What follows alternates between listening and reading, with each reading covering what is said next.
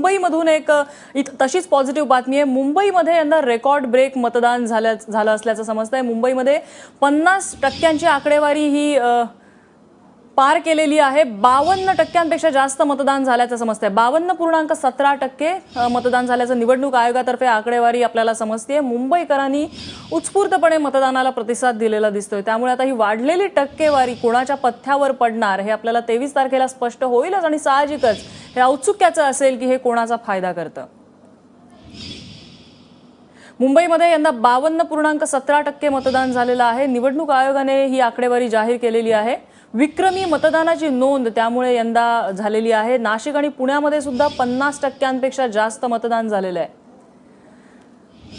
मागच्या निवडणुकांचा जर ट्रेंड बघितला तर विरोधी पक्षात जे होते भाजप, शिवसेना या पक्षांना या वाढलेल्या टक्केवारीचा फायदा झालेला होता।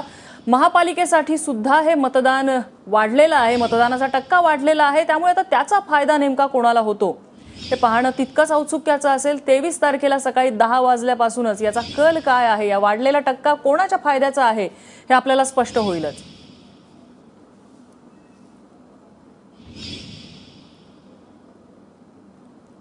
मतदानासंदर्भात जनजागृती करण्यासाठी अनेक संस्था या पुढे आलेल्या होत्या आणि कदाचित त्याचाच हा परिणाम दिसतोय। भारती सहस्रबुद्धे आमच्या प्रतिनिधी आपल्यासोबत आहेत।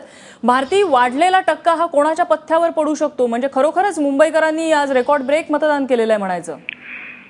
अर्थात आपल्याला ती जाणीव होतच होती की मोठ्या प्रमाणात मतदान झालेलं आहे। अर्थात ही अंदाजे आकडेवारी आहे। अजूनही अनेक ठिकाणी मतदान सुरू आहे, लोक रांगेत उभे आहेत।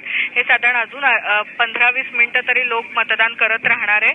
पण एक लक्षात येत आहे की गेल्या 2012च्या तुलनेत यावेळी मुंबईचं मतदान हे जास्त आहे आणि त्यामुळेच आता नक्की कुणाच्या पारड्यात हे सगळे मत जातात याकडे लक्ष लागून राहील। नक्कीच भारती, धन्यवाद।